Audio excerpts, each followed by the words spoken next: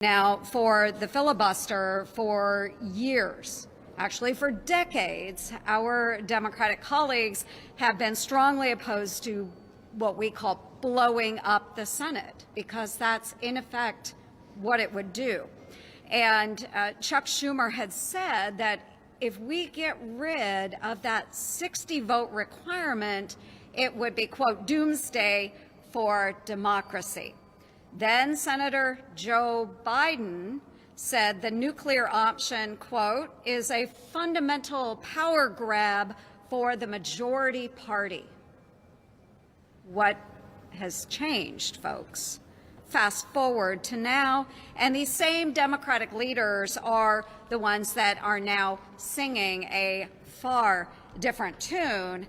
And folks, that's exactly what I call the filibuster flip-flop, okay?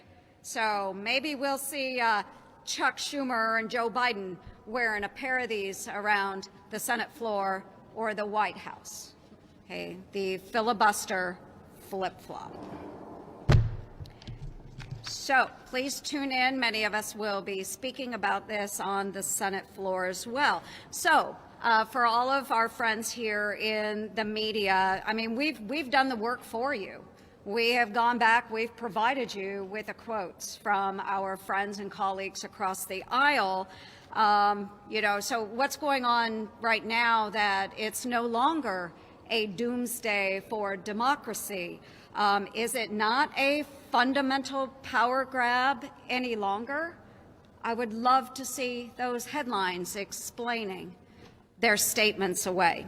So you and I both know that nothing has changed. The only thing that has changed is who's now in control.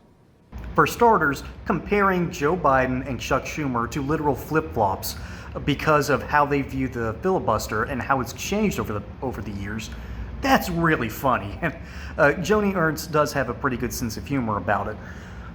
But there's sort of a sinister problem working behind the scenes here. And it's this idea that we need to change a lot of fundamental things about our system in order to pass new things that are totally going to work. The filibuster itself, maybe I should start there. The filibuster itself requires that 60 yes votes must occur to pass any legislation or to ensure any appointee. Occasionally there's something called the nuclear option, and that has to be agreed upon by the Senate that day in order to use it. And in that case, you only need 50 votes in order to pass the legislation. But folks, there is a disturbing trend on the American left to not just undermine our own institutions, but change the rules when they simply feel that they're not going to get their way. We're already talking about packing the Supreme Court again. The fact that we're even having this conversation is ridiculous.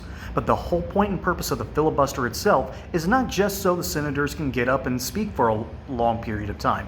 It is to ensure that no runaway, ridiculous ideas coming out of the House, because the House has more legislators than the Senate. The Senate only has 100. The House has about 435, if I'm not mistaken. And the whole point of having this system of checks and balances is to have some actual checks and balances. And that's exactly what the filibuster does. And the attempt to undermine it is a very sinister plot, and it's been a hallmark of the progressive left in the United States political history.